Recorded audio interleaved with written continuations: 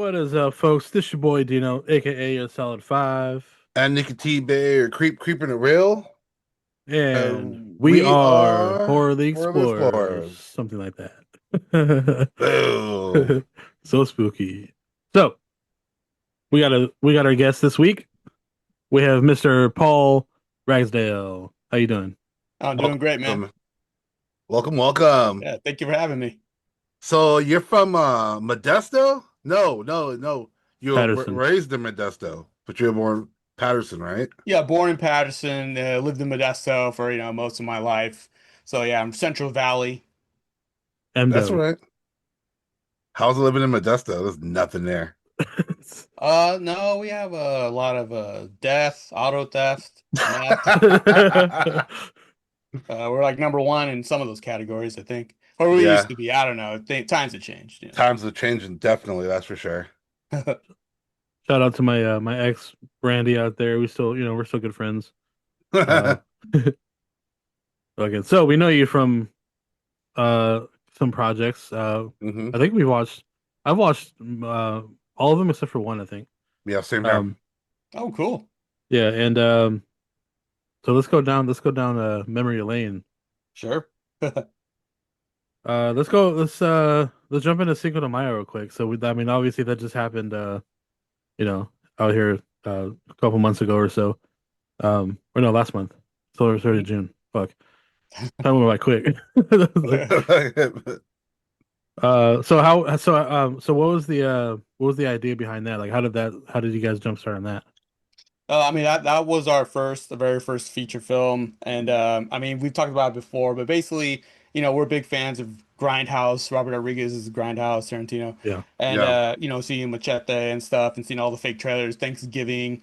So we were like, we should do like a holiday horror film, but like a Mexican holiday. It's like, well, for us, there isn't really many, but the one that everyone knows is Cinco de Mayo. It's not a very scary sounding, movie Right. title, but we thought that'd be a good place to start. And I mean, Yeah. basically, we just wanted to do it before Robert Rodriguez did it. And it was going to be a trailer at first, and it was going to be, very goofy, over the top, like sticking a Corona bottle in someone's stomach and having it like pour out of it or something, just do like, like a little funny gags like that. But then eventually it started getting a little more serious, and we put a lot more thought into it, made it into a feature, but it was pretty organic, like we didn't set out to make it a feature because we had never done one before.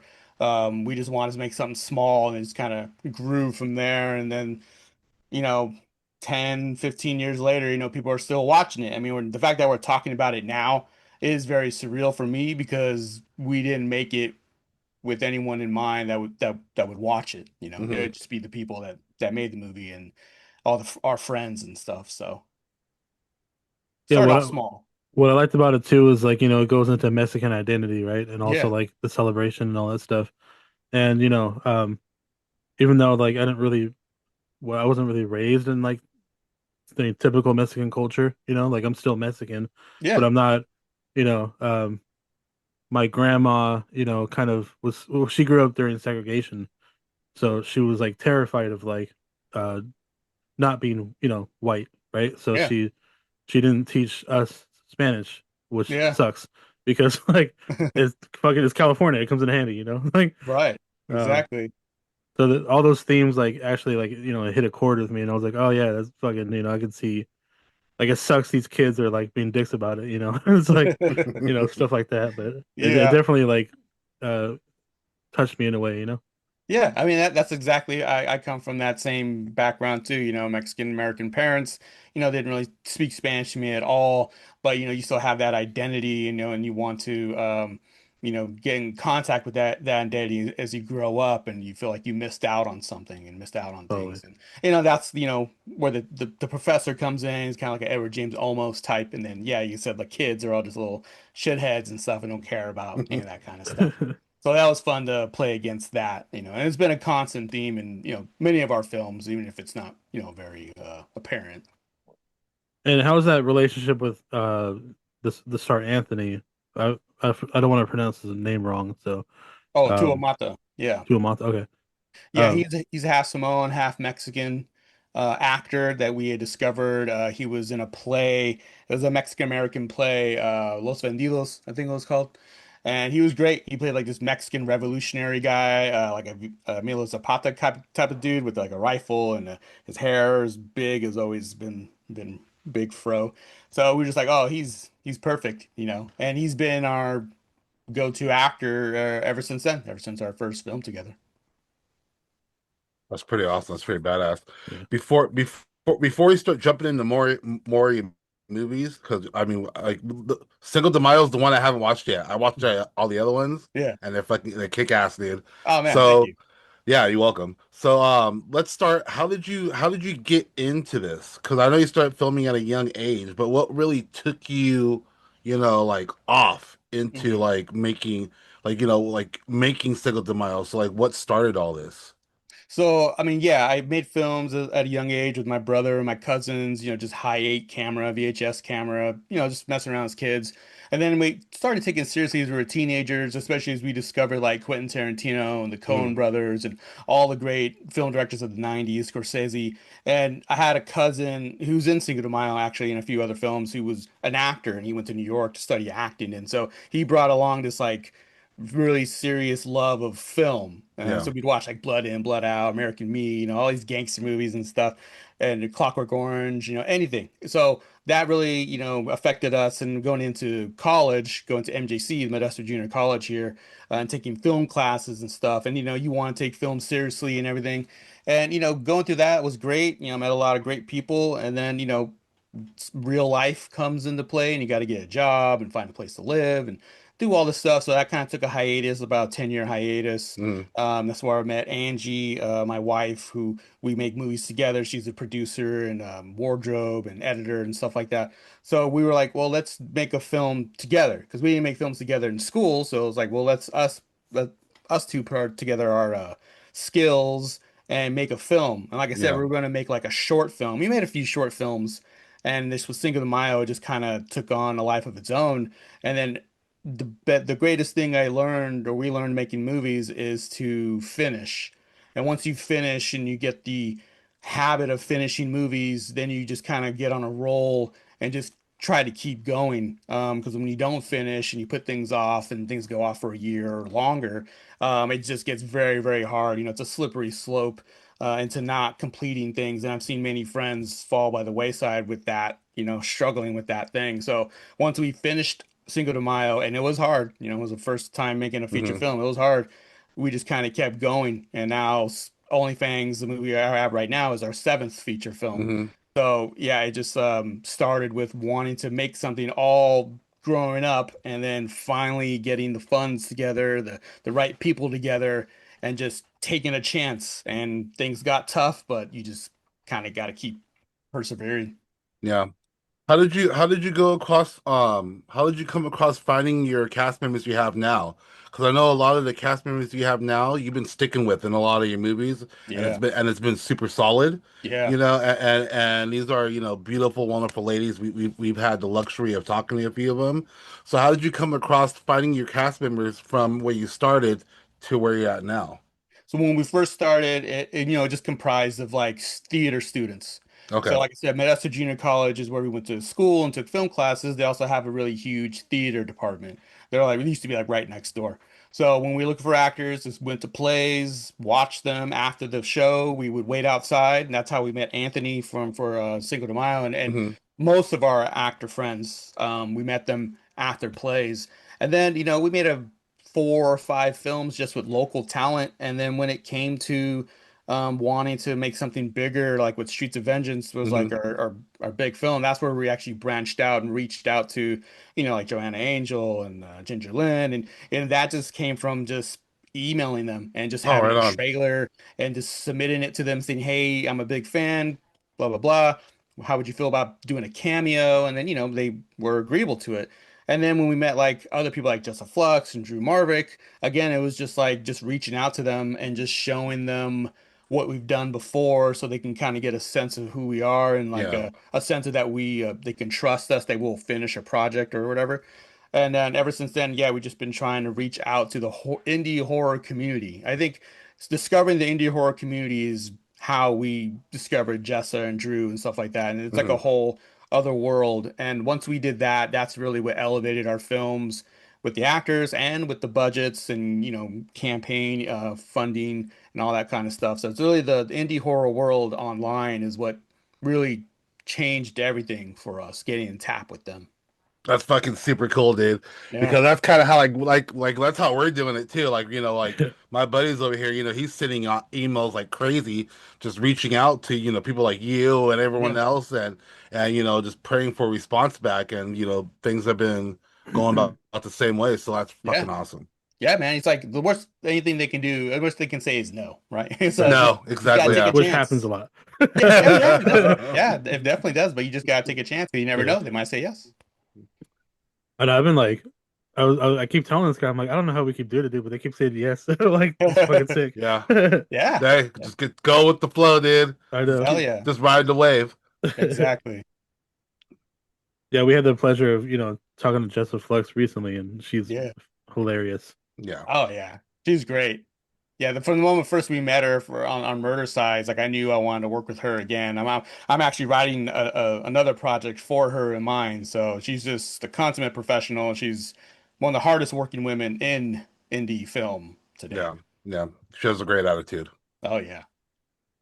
And what was it? So, what was the concept for Vengeance? Like how to Streets Streets of and Vengeance. gins. So, like, how, yeah. How did that like come about? Because I mean, I that's lo- such, I just that's the last one I watched too. I thought I loved it. Oh, cool. yeah, I love the concept of these women that are escorts Mhm. and or in the porn learning to industry. fight Yeah. back, Yeah. and defend themselves against these horrible crazy Johns. And I just loved it. I love shit like that. So That's yeah, cool. exactly. Oh How'd you man, come thank you. across that? Yeah, I feel, I mean, that held a special place in our heart because that was, like I said, like the first film where we actually were trying to break out and branch out. Yeah. And the subject matter or the concept, it came from like the original concept came from there's a movie called New Wave Hookers with Ginger Hmm. Lynn on the cover. And I thought the cover was really cool. A friend of mine had posted like on his Instagram or something. And I thought, oh, that'd be cool if instead of this movie being like a porn film, if it was like a erotic thriller directed by Brian De Palma. But Hmm. with that same picture that like what Ginger Lynn is wearing and her costume and everything, that same style, that 80s style. And so I just kind of started noodling with the idea. And I've always loved female revenge movies, Coffee, Miss 45, They Call Her One Eye. I always wanted to do one like that. So I thought, maybe this could work. Because I do like there's like a subgenre hooker in peril or stripper in peril movies where Yeah. a stripper's being stalked by some maniac or a hooker, and I thought, oh, that'd be cool to do something like that. It's been quite a while, but I didn't want to do a hooker or a stripper. I wanted to do something else, and so I thought, well, the adult film world is a ripe place for the same type of atmosphere and ambiance and all that shit, all the aesthetics. And I was really getting into like giallo movies at the time too, so I was watching Tenebrae and the New York Ripper. And so I was just trying to combine all this stuff into, like I said, like what if Brian De Palma had made this movie, which, he's obviously influenced by giallo movies too. So it Hmm. was like a body double, dress to kill kind of mashup. And then, of course, with the girl gang element, like Savage Hmm. Streets, I love that film. So I wanted to take that Savage Streets element and put this together. And yeah, just bad girls, badass girls killing perverts and misogynists and stuff. It just seemed like a fun, like a fun idea. And the fact that we were able to get like real adult film stars, that didn't, that wasn't from the beginning. That kind of just came along later. Hmm. And then the fact we got to work with Ginger Lynn, who like I said, was the inspiration behind this whole movie, was just like a whole surreal full circle moment for us. And so that movie has a really special place in my heart because, like I said, we just got to do so many cool things with so many cool new people that we met along the way. And yeah, the female revenge movie is a favorite genre of mine, and Yeah. I think I might want to do another one actually, to Yeah. be honest. They fucking cut off this guy's dick Yeah. Yeah, shove it down and his shoved it throat. in his mouth. And Yeah. Oh man. I was like, what are they gonna do? First, they pull on that. I'm like, oh, they're gonna just kill him. and then fucking they just like man, they just fucking Dude, they didn't just cut mutilate. it off. They They cut it like sliced in it the in middle. half. Yeah. Yeah, I'm like, oh man, I was laughing. I was Yeah, laughing. I was great. And he had some That's great cool. one-liners in there too. I was laughing at some of this shit. He's like, Hmm "Is he dead?" She's like, "He's hella dead." Yeah, only You people from California will really get that. So you know what I really did love too is you know how at the end you when you do the credits and it's the like the pictures and their names to go with it. yes, I love how you did that dude. with that beat that you put and it ended on the badass chick at the end who killed the main guy Yeah. and then it goes to hard credits.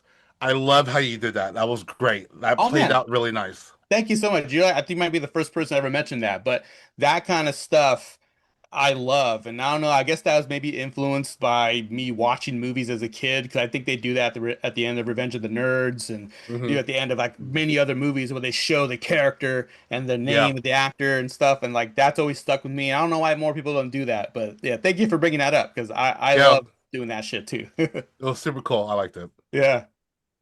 Yeah, sometimes I forget like who's what, like I don't know. I have a short attention span sometimes and I'm like, fucking who's the name? What's their name again?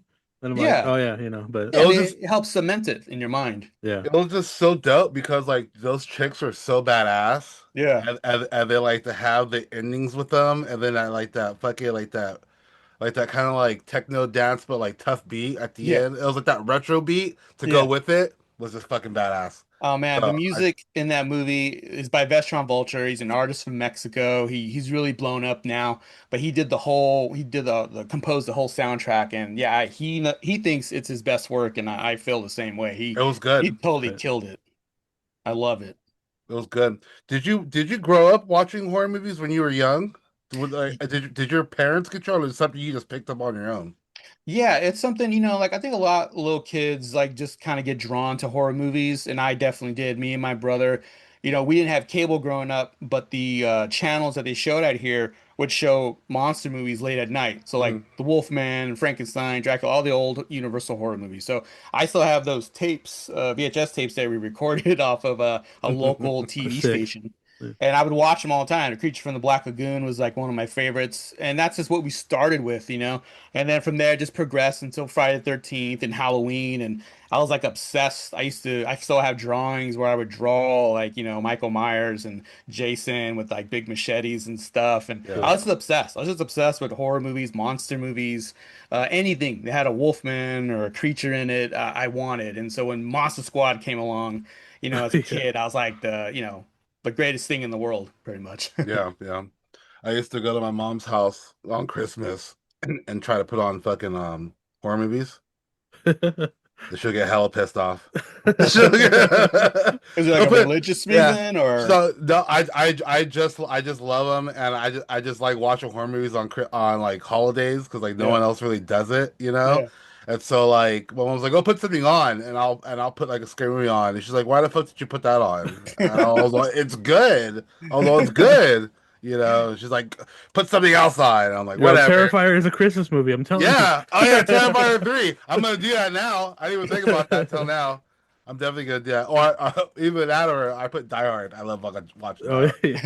Die Hard's Yeah, great. horror movies we just grew up with, all we just watched horror movies all the time. It was just something anytime we go rent film movies on a Friday night, we'd always come back with zombie movies and serial, slashers and stuff. The only Yeah. thing we were not allowed to watch is any of the nudity, of course. So if it had Yeah. nudity, we had to close our eyes. I don't know why. We just saw a guy get his head ripped off with a hacksaw, but boobs, no, Yeah. can't look at Yeah. that. That's so weird how that Turn is. your Like head. Yeah, gallons of blood is just Okay, the flying blood's out. back. Go look at it. Look at the hair rolling. exactly. Yeah, I didn't make sense, but yeah, that's how we had to live. So if we wanted to watch scary movies, we had to turn our faces or close our eyes. But of I course, know. we peeked, so it was okay. It's always the shit that don't make sense that fucking we get upset with. We're like, what? Like, why? Like, Yeah. why? I mean, the worst horror movies I ever saw were at my cousin's house, and his family was a Jehovah's Witnesses, and they were, we're not allowed to watch anything like that. But Yeah. that's where I watched like Night of the Demons and Halloween 4, and Hellraiser. So I don't know. It That's don't make wild. That's pretty cool. They can't even celebrate the birthdays and they're watching horror films. Yeah, exactly. That's insane. Can't even cuss. They need a, you need some kind of like some outlook towards life. So that was theirs. I guess so. Yeah, I didn't understand it. I was like, they're always telling me you're gonna go to hell and stuff, but let's watch, Night of Demons. It's okay. It's like, okay. This is welcome the demons on our TV. Yeah, Yeah. This is what it's you're not in gonna the house. see in hell when you go to hell, okay? Okay. So after that, you went to Slasherette Party. Right. So yeah, we wanted to do, the classic cabin in the woods type of horror movie, and we wanted to experiment with, a single location movie. So that was the first time where we all like had the actors and the crew all live on set in a real cabin Okay. for like several days, and we're all just there, wake up, shoot a movie all night long, almost go to sleep for a few hours, wake up and do it again. It was tough, but I mean, it worked, as far as like the scheduling and stuff like Hmm. that. Like, but yeah, it was very, very, that was like probably the longest days and nights for a shoot ever. But, it was fun. It was a lot of fun because we were all, like I said, it was like, we're all living together. So it was like Yeah. a big slumber party every night. Where's the location of that? Where was that filmed at? That was in, it wasn't Sonora. It was like outside of Sonora. Arnold, I want to say, Okay.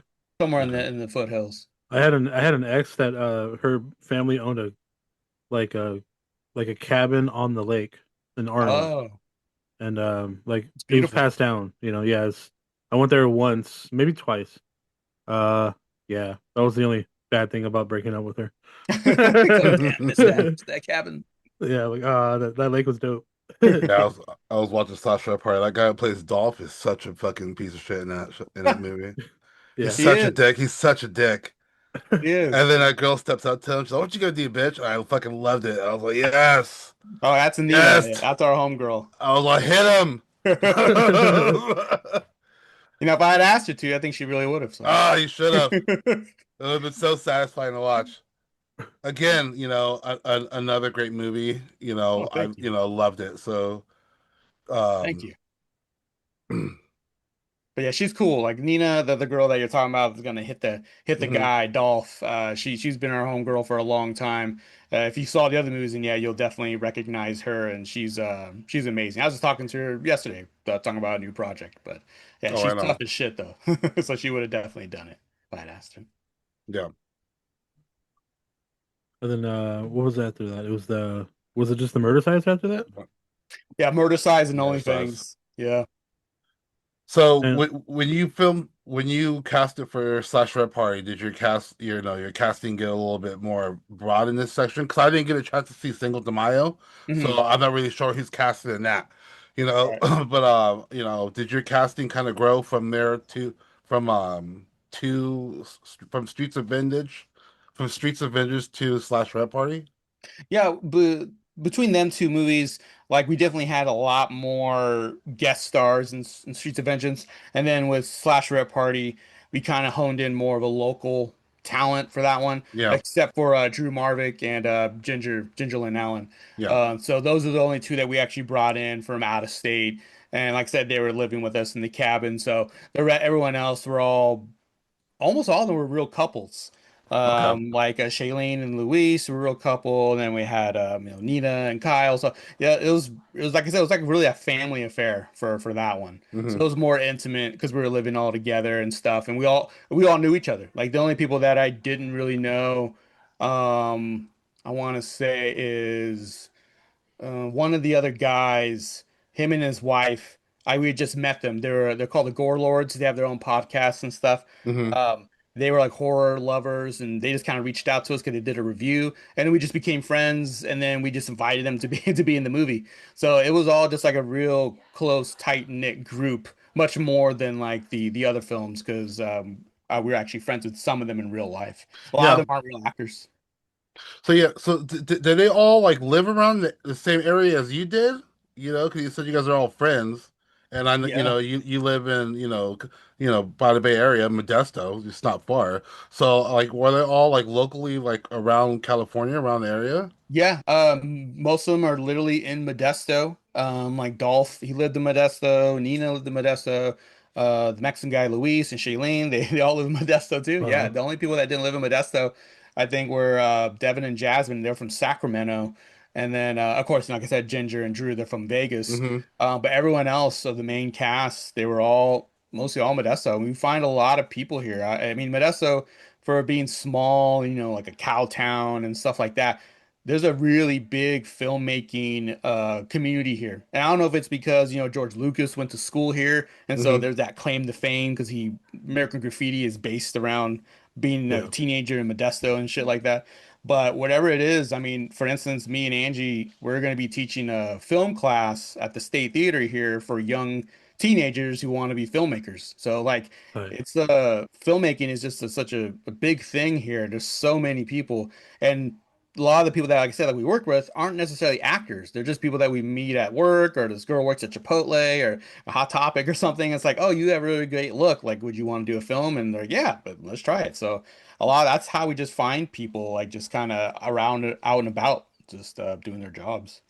That's really Yeah. cool because that's like Yeah. that's a lot of information that people like really wouldn't know. So that's Yeah. fucking really fucking awesome. Real quick before you go, because I wanted to mention this.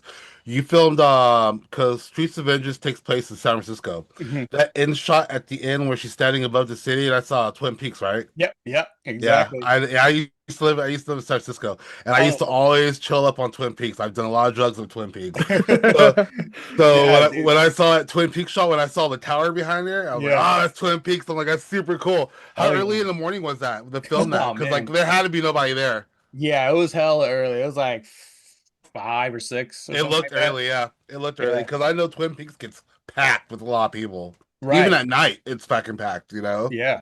Yeah, we were lucky. We were lucky. There was like absolutely no one there. We got there just the right amount of time. We left super early, drove through the night and driving up there in all the fog and everything. And it was Yeah. like, it was a quite a trip to get there. But yeah, we got so lucky with that because there's no Yeah. one there. Cause I was all thinking, I was all, man, if they're filming this, everyone's just like just there, and she's just standing there in this lingerie and a jacket, looking off into the city. Cause that's what street is that? Embarcadero or whatever. Yeah. So that's pretty cool. I Yeah. just wanted to bring that up. Oh, cool, man. Yeah, no, we appreciate that. I mean, Angie, she really pushed for going to San Francisco and getting these real location shots because, Yeah. yeah, it's Yeah. set in San Francisco, but we couldn't shoot everything there. But she was like a real, she was really tough on that. She's like, we got to get there. We got to shoot in a lot of these places because that's the only way you can actually make people feel like they're Hmm. there. I love my city, dude. I love San Francisco. It's a great city. So yeah, I just wanted to mention that. Super Yeah, cool. that's Again, cool. loved it. Yeah. No, man, I Oh, appreciate that hearing it from a real Bay Area dude. So that's Brings really back cool. great memories. Cool. I like to visit the city, but I wouldn't want to live there. Oh, Just, I miss living there, dude. dude, no, you If can't I transfer could, if, shit out there. if I could move back to SF, I would. It's just so fucking expensive. I mean, Yeah. it's expensive here in San Yeah. Jose, but I mean, it's really expensive too in San Francisco. It's like just like everything's so getting so unaffordable. It's not even Yeah. funny, you No, know? it's yeah, that sucks. Yeah, I feel you. I totally know what you mean. Even here in the Central Valley, shit's going Yeah, crazy. Like, Going up, yeah. yeah. That's Cause why people keep migrating out.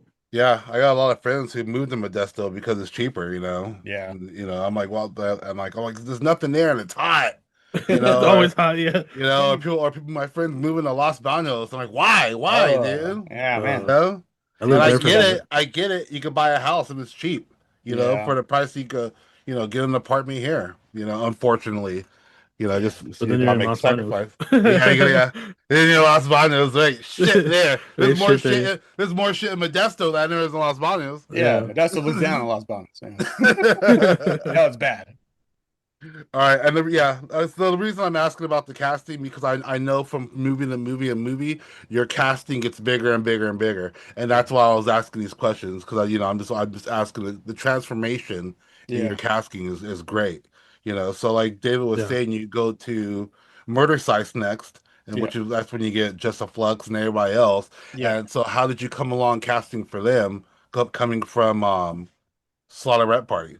So after Slasher Party, then came COVID, right? It was like right at the end. Like we actually had a few shoots during the lockdowns or whatever, we had to wear masks and shit. So then after we wrapped that and released it, then it was full blown COVID. No one was leaving their house, and it's very depressing. And during that time, like I actually wrote 3 scripts. like preparing, and one of the scripts was Murder Size, and I didn't think I was gonna do that one next. I thought it was Hmm. gonna be OnlyFangs actually, but Murder Size, once the time came and things kind of alleviated with the COVID and stuff, it was like, well, let's just shoot Murder Size since it's a one location thing, and I'll work with some new people and it'll be fun. Well, I wanted to like to branch out, and that's when I did find Jessa Flux. I saw she was in a Donald Farmer movie. I want to say it's Hmm. Cannibal Hookers, I believe is that one.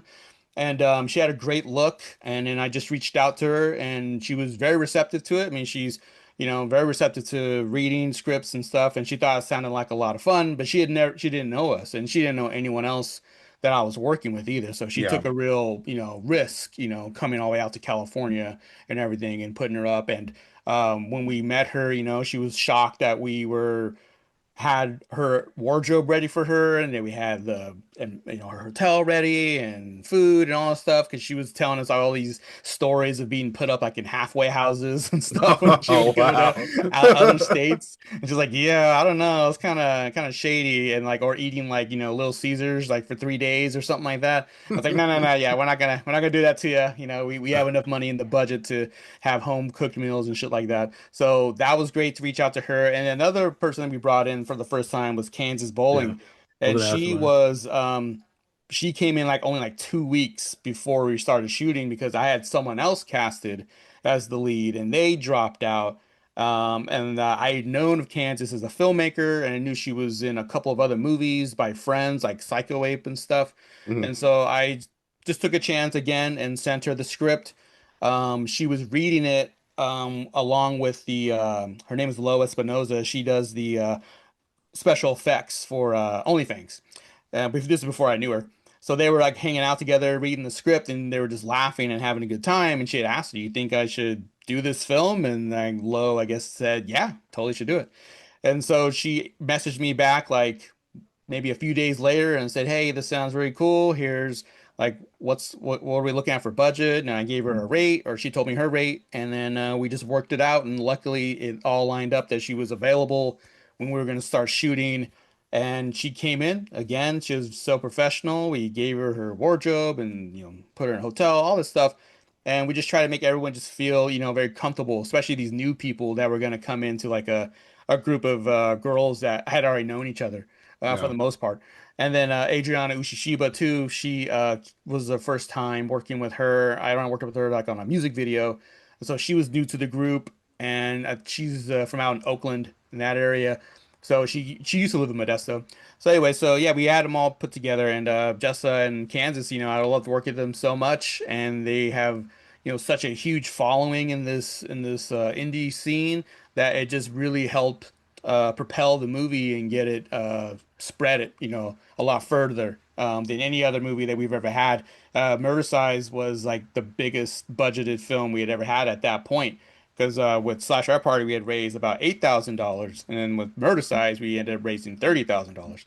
So it Yeah. was a huge leap. It was a huge Right. leap in talent and then in budget and just in scope and everything. So it was a real game changer for us, especially coming off of COVID. Yeah. Hmm.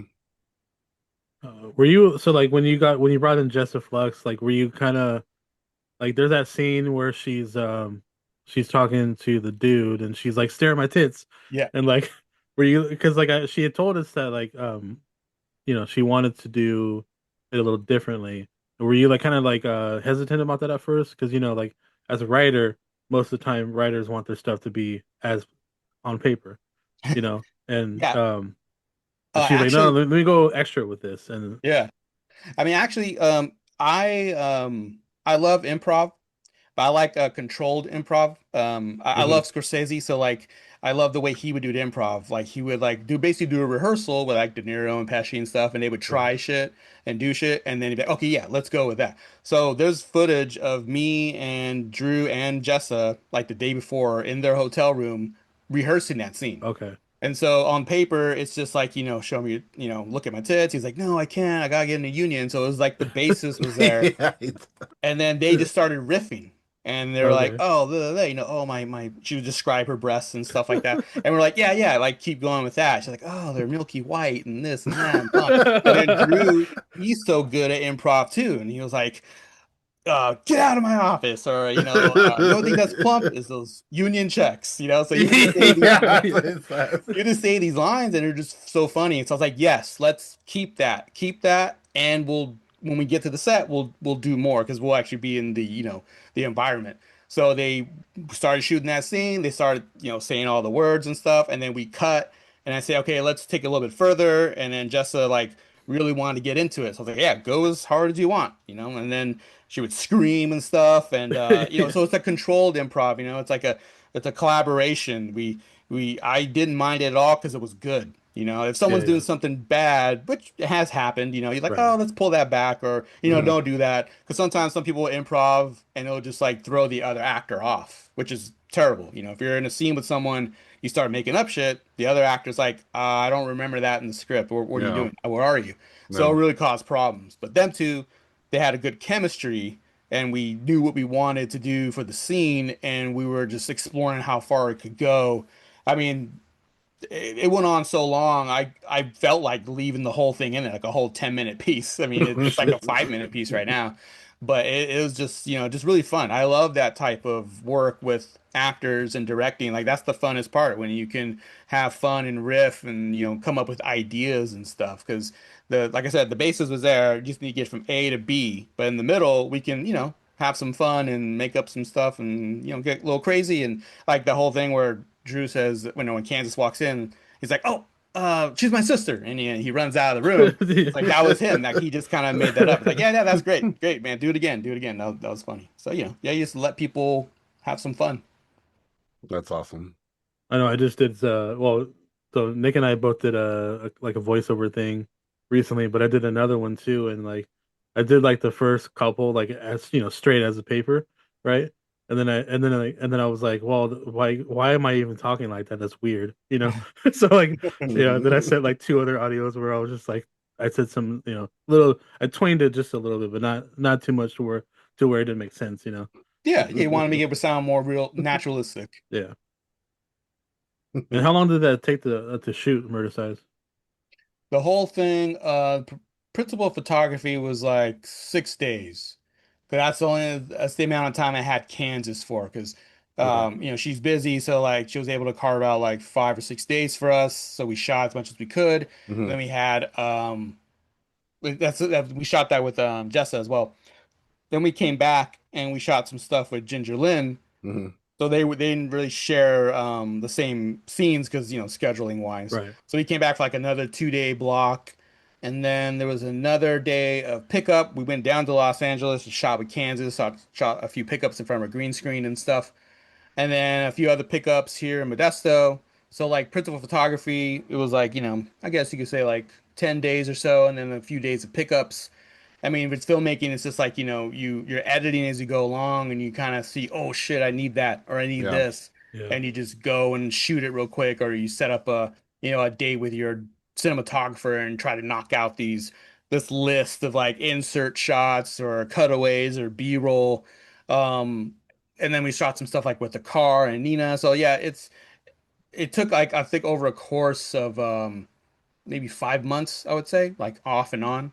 Because Okay. we're all working people, so we can't just shoot, back to Right. back as much as we like to. Yeah. But trying to work in schedules, it just like can take a while. But as far as murder size goes, those are very, very good shoot because I didn't go on for like a year or anything, which is not uncommon for indie films. Hmm. Hmm. Yeah, Murder Size is fun because especially with the ladies in their outfits and stuff, like you could get Yeah. the very 80s style, like Yeah. workout, kind of thing. I was Oh like, yeah. that's dope. Yeah, yeah, we love that aesthetic. I mean, the girls are so young that they didn't really understand, like, why am I wearing leg warmers? It's like, that's Yeah. just what they did. I Yeah. don't know why. And like, oh, you wear your tights underneath Yeah. your one piece, like, yep, yeah. So Yeah. like, it was a little bit of a learning curve there. It's just the way it was. That's just how we did it. I don't know. Just trust me, it'll look good. Jazzercising. Yes, it'll look good. Just don't. That's wild. That was 40 years ago, the 80s. Like, Jesus, Oh my God. I Yeah. know. I'm old. Well, aren't they going around saying that fucking like 90s music now is like fucking old school music now or some shit like that? Yeah. So I heard. Yeah, I Uh, hear Pearl Jam and Nirvana and classic rock. Like, what the? yeah, You're still playing Led Zeppelin on there. What are you talking about? yeah, like fucking like Chingy and DMX now is like old school. Old school, yeah. Oh God. Retro is what they call But it. yeah, something like that. Yeah, Vintage. Shit. yeah, vintage. Vintage Yeah, that's music, crazy. it's nuts. Oh, every decade. It's like I Mm. graduated in '03, dude. Yeah, it was all one. There you go. Yeah. We're fucking vintage now. Oh shit. I know, man. It's definitely weird too. Then when you're like working with like a lot of like, like 20-year-olds Yeah. and stuff, and they're like, "Oh man, what was it like?" Like, what are you talking about? Oh shit, you were born after the year What was it 2000. like? Like Moses is around or something. Yeah. I was born in the late 1900s. Dude, it's crazy because like I have a 19-year-old son, right? And now he's going to raves and hardcore metal shows. And he is like he thinks he's so fucking like the shit. And I'm like, dude, I'm like, I was doing all this shit before you were fucking born. I was going to raves, dude. Raves have been around before fucking you were born, okay? This music came from fucking, and he's like, yeah, you don't know what you're talking about. I was like, Oh get out of yeah, here. they all act Yeah, like they discovered it, of course. exactly. Yeah, like their error. It's the same beat, dude. It's just the same beat, different person, different Yeah, person making it. exactly. Girl, I Yeah, was high as shit in all these raves. yeah, yeah. I was doing drugs when drugs were safe to do. Now you Before can't do fentanyl them. came. I thought, yeah, that's what I told him. I thought Oh he asked yeah. me that the other day. I said, dude, I said now you're in the era now, dude, where like you can't even fuck with shit anymore Yeah. because everything is so cut up with fentanyl nowadays. Like nothing's safe. Like we don't have to like worry about that when I was young. You Yeah. know. Yeah. If anything was cut, it was like with baking soda or aspirin, something stupid. Yeah. Now it's like it's just crazy. It's scary. It's scary to be It's honest. it's really scary, and also just everyone recording everything now. Like, Oh yeah. everything you did stupid now is like recorded and put on the internet, and it's like, Yeah. damn, man, it's like that sucks. Do they have a video of like Messy Marv all high like recently? Did Oh, I? really? Yeah, he was all like strung out like in front of the store or some shit. Oh, shit. That's crazy. I Yeah. remember. I remember when you used to have phones that couldn't be fucking record, like Yeah. Nokia's and shit, Yeah. The good old days. razors and stuff. You couldn't record shit. And Yeah. if you recorded a video, it was too pixelated to even see what the fuck it was. And good luck trying to upload So, no, I remember my older cousin, he was being so cool. He used to go out to clubs and stuff around here, and he had a pager. And that's it. And I was like, Oh oh yeah. man, a pager. That's so fucking badass. I remember having That one was of cell those. phone. I had one of those in high school. It didn't even work. I was just like carrying it. I was just carrying it. it because it was just so cool. I knew it Oh was yeah. cool, so I was just carrying it. Yeah, it's just a fashion accessory for some people for I sure. remember my brother having one. He'd be all pissed because like his girlfriend would be like blowing up his pager. He's like, so 911, That's, pro- 911. that's probably why I got it for free because someone gave it to me. Like, here, take this away from me. I didn't get to find a payphone. It's Oh, dude. like, Yeah. oh, the good old So, days. so Murder Sites, you went to OnlyFans like what, a year and a half later? So Yeah, close to about that, yeah. yeah. Yeah. How did now from Murder Size? How did OnlyFans come along? Were you already working on this as you were doing Murder Size, or did you take a COVID. little? Did you wait a little bit and then then you hit this up? Well, after Murder Size, I mean, like I said, I had finished a script to Murder Size and Only Fangs, and another project that I haven't done yet, which I do want to do. It's a wrestling demon movie. Uh, those Mm, three I finished all at the end of 2021. And Mm. so then when we started doing Murder Size, I was already planning to do OnlyFans. I was talking to like Kansas and Jessa and Drew about it, and I mhm, said, "Oh, my next project, I think I want to do this vampire movie." And so they're like, "Oh yeah, cool." So I just sent them the script. They liked it, and after that, I took some time to kind of really polish it and try to get it ready. And then with Murder Size, like I didn't expect the success, I guess. I had a lot of people that want to do interviews and want to do podcasts, and I was doing a lot of selling a lot of copies and trying to just really pushing, get it out there. And I was still working full time. So it's like I was trying to balance all this and trying to get another project off the ground. And with OnlyFans, it turned into a much bigger project than I thought it was going to be. yeah, Like I ended up working with more people from out of state, new people, like LA Church. She was someone that like I really respected her work, and at the time she had like kind of retired in a way, Hmm. and she came back and she messaged me and said, "Hey, this OnlyFans thing looks pretty cool. Like, do you have any roles open?" And I wish I had known before. I would have written one specifically for her, but she was able to play a role, and I loved working with her so much. And now she's like back to doing movies and stuff, and she's really getting like a lot of attention for like Space Spades from Outer Space and Plank Face and Hmm. all those movies and stuff that she had done back in the day. So anyway, so bringing her in and then Drew and then Kansas and Meredith Moeller and then Nina and like it's just like someone had said, oh, it's just like the Expendables version of like indie horror actresses, like just trying to put all these girls together. And that's really is like, yeah, I think I want to do that. I want to go bigger and better with this one. And we raised a lot more money. It took a lot more pre-production. Like just again, scheduling was just like the hardest part of filmmaking, really, is just trying to get everybody to be able to be free on the same days. And then there's multiple days where like, okay, this person flies out tomorrow, and then we bring in this person and that person. So it was a real juggling act. So it did take a little bit longer to get it started for Murder Size, is because it was just a way bigger movie, like a longer script, more characters, more locations. Like Yeah. Murder Size is a single location. Now we have tons of locations and OnlyFans. So it just took a lot more planning, and pre-production is really like an overlooked aspect of filmmaking, but it requires so much of your time, so much energy, campaign, raising funds and stuff is part of that too. So it was just a huge, epic, something for us to take on. Like, I'd never done a bigger movie than that ever, and I don't know Yeah. if I want to do another one like that again, maybe. But like, yeah, it just really took a lot of Yeah. work to get it going. Hey, Nick, real quick, Ellie Church was the original witch from Better Luck Than Chuck, or she was supposed to be. Oh, really? Yeah. She did that one short from Scotchworthy one where they got the idea from Better Luck Than Chuck. Yeah, yeah. She was the original witch from, or supposed to be the original witch.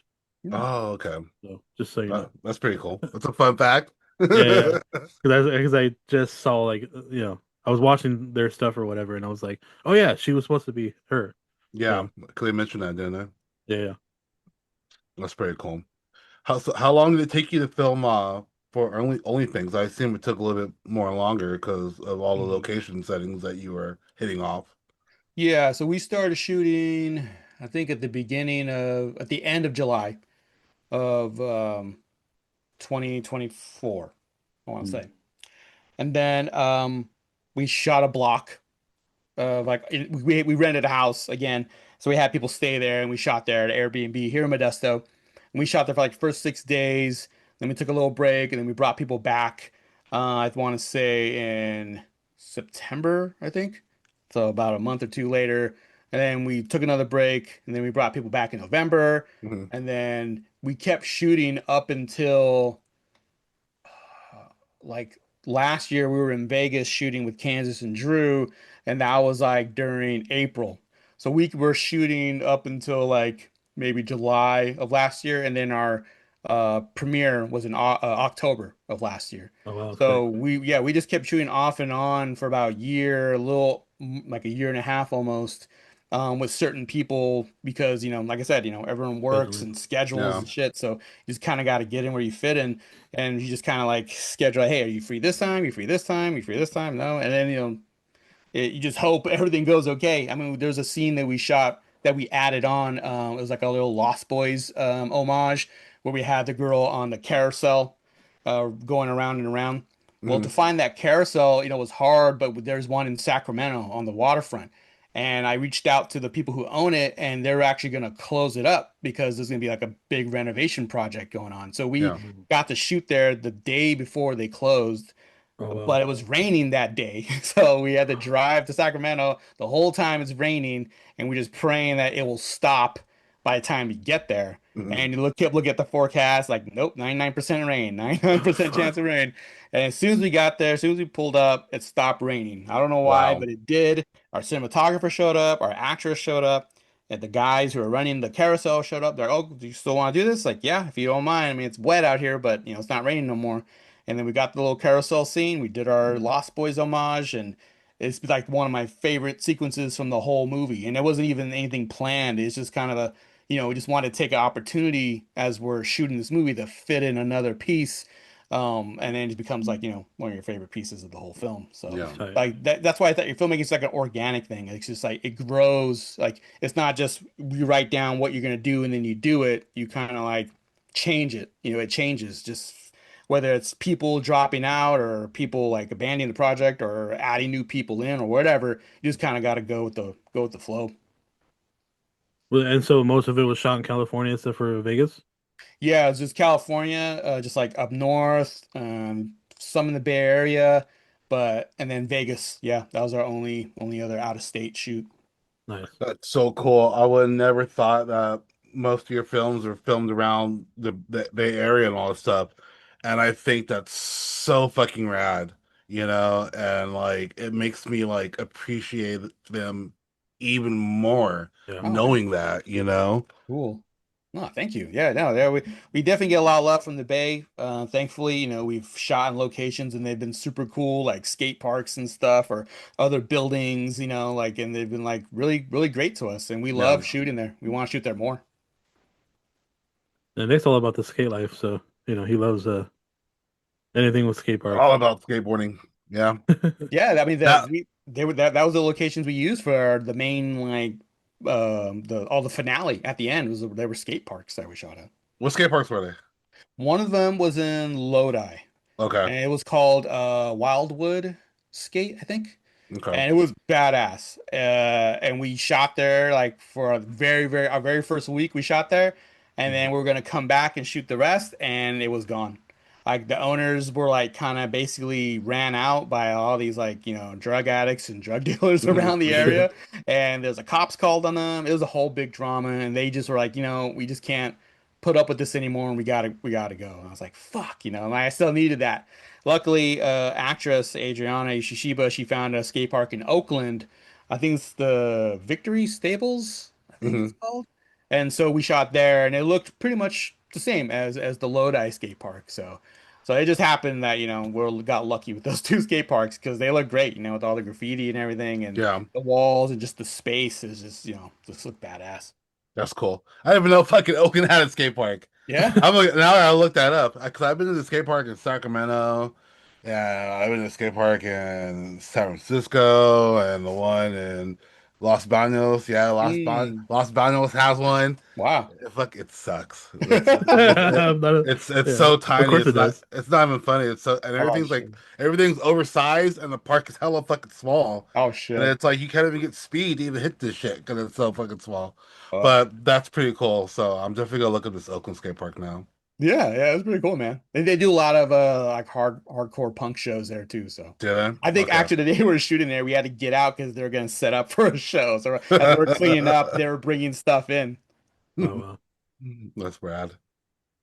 Did you have a whole lot of improv stuff? Oh, well, maybe not improv stuff, but did you like again do that kind of same thing with Jessa Flux? Because I know she has that scene where the actress is like bouncing and she's like in awe, like what she's Oh, like. yeah. So When he's yeah, like, so that's Little Puck.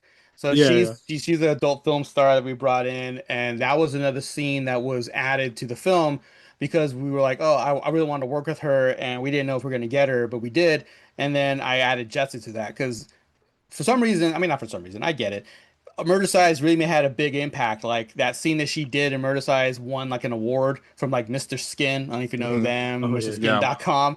It was like best nudity of 2023, and it won some awards like on podcasts and stuff. And people just love that scene, and it's great.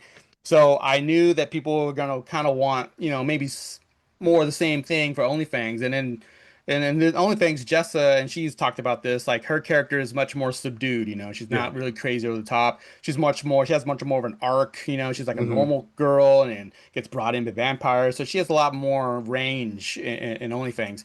but I still wanted something fun and crazy. So we wrote this scene with her and Little Puck, and Little Puck has talked about this too on podcasts. Like she was like, "Oh, I got in there," and I was like, "Oh, do you want me to go bigger or smaller?" Like, because she's crazy too. Like her personality is amazing. And I was like, "No, bigger, bigger." So Lil Puck really brought it, and her and Jessa were just perfect together because they could both feed off each other's energy. Yeah. Yeah. I mean, they were, sucking each other's tits and stuff because of the blood down there.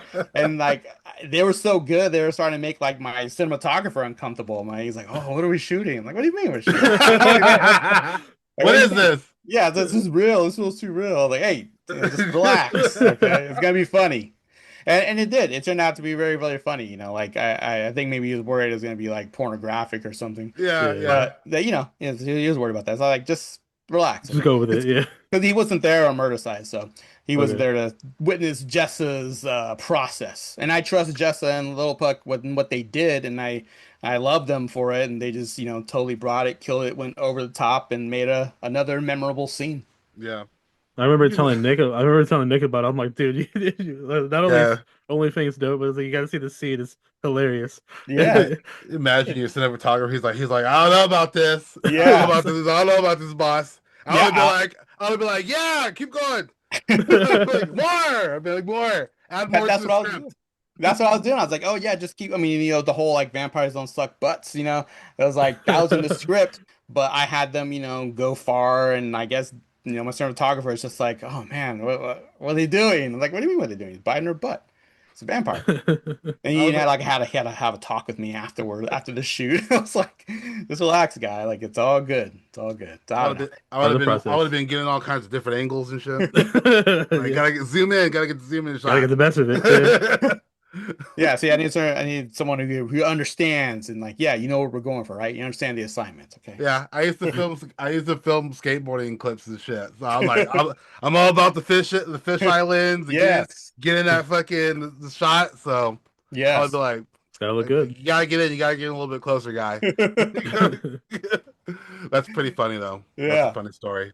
It looked like you guys had a lot of fun on these films though, because like I saw like you had posted a like a BTS of like I think it was like Ava. Mhm. She's like trying to like make you dance or something like that. Like because you're like bring some like more into the dance or whatever.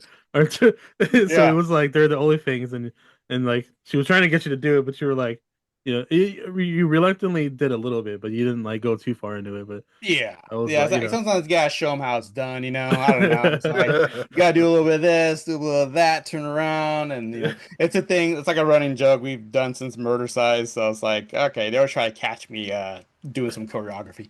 But yeah, it was so fun working on that set. Like when you just have good people around you, it just makes everything just go so smoothly. Like I said, like Jessa and Lil Puck were amazing. They knew the assignment. They weren't afraid to get bloody or get crazy or whatever. And Drew, same way. He's a great leading man. He just knows what you want. Like he knows the tone of the film, and that's why I wrote it for him because I knew he could do it. I knew he could bring that funny and that charm and stuff and that lovable, goofiness to it.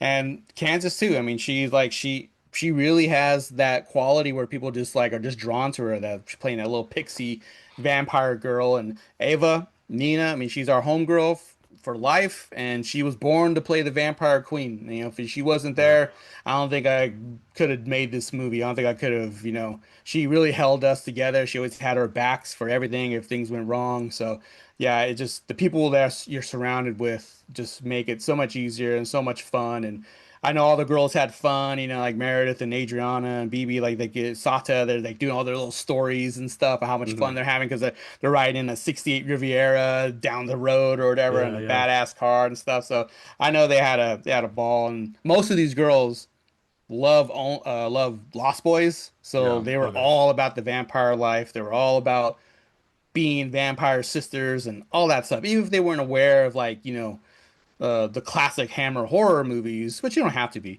But like when we had them like in the white gowns and stuff, that's Mhm. what we were trying to do, trying to do like a Right. Twins of Evil or Vampire Lovers or something. So they may not have understood that because that wasn't their era, but they knew like how important like being a vampire in a vampire movie, how important that was to Yeah. me and for them. Like they could enjoy it and they were, totally down. That's what you want most is people Yeah, who are yeah. really I have a funny story about the Lost Boys. So like I lived in Santa Cruz for a little while, and like there's that small bridge that right next to the boardwalk Yep, where they yep, supposedly filmed it at. yep. And so me and my buddy at the time, we were like drunk, right? So we're walking back from the bar, and like dumbass us, we're drunk, we don't realize our surroundings, right? Like we were walking across that bridge. You're not supposed to. It's an old bridge. Like Right. the wood's like falling apart and shit. There's a Hmm. walkway right next to it. Yeah, Like you could just yeah. like walk on the walkway. But we were like drunk and whatever. So and she's tiny, she's skinny, right? She can fall through those planks Oh very no. fast, Uh-huh. right? And she one of her feet go through the plank, and I Yep. was like, oh fuck. So like she hits her shin hella hard, Oh and shit. she's like like in pain. So I had to like pick her ass up and like and then kind of like scurry across the rest of the Oh. bridge while like sober people are walking on the fucking walkway. We're just like, and I'm like, oh, that was stupid. Yeah. Like we could have totally fallen into the fucking ocean.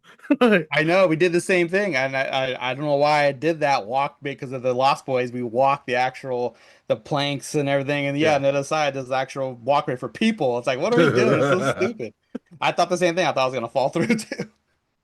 we're It's pretty scary. hammered too. So like Oh my God. she had nerve damage for a while. Like I don't Oh know if shit. yeah she hit it pretty hard. Damn. And I was That's like, what, damn that's what I it. was afraid of. I was walking with Yeah. my girl Angie, and I was like, oh, holding her hand, like, oh, don't worry, don't look down. I know. Those things all they shake too. Those things move. Yeah. Oh yeah. But I can't do that now. I'm too big for that now. Like, Oh man. Yeah, I went and we did this at night. You guys did yours at night, I'm yeah. Oh sure. yeah. At like 2 in the morning. Yeah, so even scarier. Shit, it's dark. So after all this, what do you have going on now? What's new on the list for you? What projects are you looking forward to doing? What projects should we be looking forward to seeing from you? To be honest, I don't know which one I want to do. I have a few scripts already done, and the hardest part right now is trying to decide what I want to do to follow up. And there's so, I mean, I just had a filmmaking friend ask me yesterday because he's trying to decide as well, and he was asking me my process for deciding. Mhm. And I had to tell him, it's a lot of factors. Of course, budget, you keep in mind, and of course, like availability of actors and how hard something's going to be. Like my mindset right now, coming off of OnlyFans, is I want to make something smaller Okay. because OnlyFans is so big and everything. It's like I don't really want to get jumped back into something like that. So any movie that's going to be big, which right now I have a huge wrestling movie that I want to Yeah. do, Yeah. Wrestle Babes and the Heavy Metal Demon Massacre, which is the working title.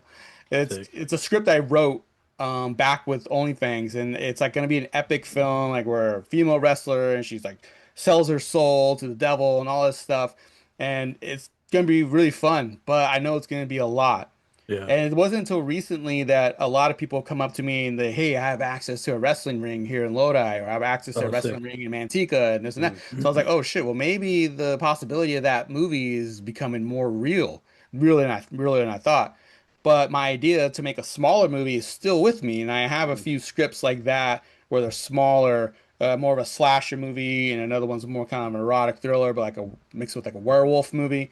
So I have these two little scripts that I want to do, but the wrestling movie right now is kind of calling my name. So right now I'm really just trying to decide which one's the best. I'm gonna have to sit down with my producer, my wife Angie, Yeah. maybe a couple of actors, and just kind of ask their opinion. Like it really could be any one of them. And I want to do the whole artist thing where like, oh, I want to choose just based purely off of, aesthetics or something. But Yeah. this is reality, and sometimes you just got to go with, what you can do at the moment. And that's when you try to plan out too much, sometimes, things don't go right and your expectations don't follow through. Like I said, Murder Size, I thought was going to happen later. I thought Only Things was going to be first, and then it didn't happen that way just because of circumstances. I think just Yeah. and also maybe you feel like you're not ready for something like that too, maybe your internal feelings. So but right now I feel like I'm ready for anything, and now it's just I just got to make a choice and go with it because I'm getting that itch again, Yeah. to make another Yeah. film. Just Nick and gotta I get are wrestling fans too, so that's that'll be dope. Oh, cool. cool, And, man. Yeah, so and I me as well. and I'm a Love it. werewolf fan, so a werewolf movie would be off the fucking hook. Me, the Wolfman was like the first horror movie I ever remember watching, Lon Yeah. Chaney Jr. So werewolves has always had a big place in my heart. So yeah, I would love to do it. I'd love to. So it's a definitely on my dream list right now. Well, if So you need some people to kill off, I'll show up anytime. Like always fucking, looking for new guys to fucking kill. You rip need my new head Now, people to off. kill. now Rip my that head you off. I don't care. now that we know that you're filming in Modesto and shit, dude, we don't live that far. Yeah, man. I'll That'd be fucking great. try anytime, dude. That'd be awesome. Yeah, I'll definitely keep you guys in mind and let you guys know if you guys want. I'm always looking for people. I need Jessa to kill some people in the next one. So, if you want to be a victim or something, that'd be Hell awesome. yeah. Right on. I would love to see the wrestling thing though, because again, I still watch a little bit here, now. But growing up, big time wrestling fan. Yeah. Yeah. I love wrestling. I've always I always thought it would make good place for make a horror movie. So yeah, any wrestling fans out there that want to participate, I'm open. So that'd be cool. You get a cameo. Should get a cameo of like Mick Foley in there. Oh Oh, that'd yeah. be sick, I dude. I thought like Shotzi Blackheart would be cool, like other Yeah. like local wrestlers and stuff, but Get Yeah. that'd be Danhausen. yeah, oh man. Love Danhausen. Yeah, yeah. Love Danhausen. That'd be amazing. I keep trying to tell Nick about Danhausen, and he's just like he's not really I caught don't. up in like the current I don't stuff. want to hear it. I don't want to hear about this new age wrestling shit going on. Hey, You you'll know, get cursed if you don't watch him. Yeah, like it's just exactly. Like I'm the like Cavaliers. I grew up with the Attitude Era and all that, and Yep. DX and this and that, and Yeah, then yeah, and then I start watching it afterwards, and then it just started getting ridiculous to yeah, me yeah, Yes. and out of pocket. And like I admit, like there are some people in the wrestling entertainment business now that I Mhm. do find entertaining, but a lot of it is just fucking stupid. It is. You It's a yeah. know, chore. Like I watched Raw last night, with my it's a wife, and chore. it's a big chore. It really is. Like fucking Seth Rollins has come out and talk for like 20 minutes. It's Yeah. That's because fast forward. TKO Roman ruined it, man. Reigns, TKO fucked it up. fast forward. But yeah. Yeah, I've heard a lot of that. Yeah, it's yeah. really the I'm influence of I'm I'm more of TKO. an AEW guy now, so Yeah, more independent scene. Mhm. They have yeah. some So killer matches out there right now. yeah, and that's kind of like in the script. That's kind of in the Wrestle Babe script, that's kind of like the guy that's starting up a new federation wants to make wrestling great again. So Mhm. that's kind of like their whole motto is they want to get back to The trope of like the wrestling. ECW That's type of fucking shit. hilarious. So he wants to get back to like He has to have ECW a type wig of on, shit. You just gotta have hats to make wrestling great again. Yeah. Gotta do that. I think everyone Fucking can get behind Dude, that. dude, if you make this movie, you should promote hats. Let's say that. I think Oh, I'm gonna need to. that'd be yeah. cool. I would I'll buy definitely wear one. one of those hats. Yeah. Fucking hell yeah. All right. So, Paul, do you have, before we head out, we always give a shout out with our Instagram stuff like that. So, do you have somewhere that these lucky fans can reach you if they need to? Yeah, I mean, I'm on Facebook, all the time. Paul Ragsdale. People always sending me DMs, just asking me shit, and there all the time. Just hit me up. Instagram, you want to go A_P_films_, and that's where we post all of our trailers and all of our announcements and all the BTS stuff from all of our films. You'll catch it there. Right on. And all of our films right now are available on Tubi. So all the ones we Yep. talked about, like Cinco de Mayo, Streets of Vengeance, Slash Art Party, and Murdercides. The only one that's not on there right now is Only Fangs, which you can watch on Fandango at home and Bloodstream TV right now. Right on. Which has been number one for like forever, right? Yeah. I just posted that it was ever since February. It's remained in the number one or two spot That's still tight. today. It's Yeah. it's amazing. That's right. That's And for good. those that love to follow us, whatever we do, we are beyond_the_ether on Instagram. My personal account is Cali_DTO. What you got, Nick? You can find me on Instagram at Bay Area Creep. What's our email? BeyondTheEtherPod@gmail.com. .com. So if you want to email how luscious my beard is, or Juicy. you like the colors of my hats and my Chucky in the background, please Juicy do. beard. How juicy his beard looks. Yeah, ladies love Yeah. it. Yeah. And that's it. That's all we got. Thanks again for popping up and talking with Definitely. us for the whole hour plus. It was Yeah. No, It's man, wonderful. thank you guys. It's It was been fun. it's super been a pleasure, and I know he does, and I are definitely looking forward to more of your feature films coming up. You Oh know, man, thank you. you're doing great stuff. You're making great work. With each film that you're making, the quality and the budget is getting so better and better and better. Yeah. And your casting choices are really good, and the chemistry is all there. I mean, you can see the chemistry in your movies, and it's turning out just beautiful, Oh man, beautifully. And so, just we're rooting for you, and just keep doing what you're doing. thank You're you, doing man. great. You're doing great. We couldn't do this without people like you and the people out there supporting independent cinema, indie horror, physical media, any other stuff. And then, you guys letting me give me the opportunity and platform to speak and spread the word. So I thank you guys. I'm very appreciative. Thank you guys so much. Same here, dude. Thank you. All right, guys. It's been a pleasure. Peace.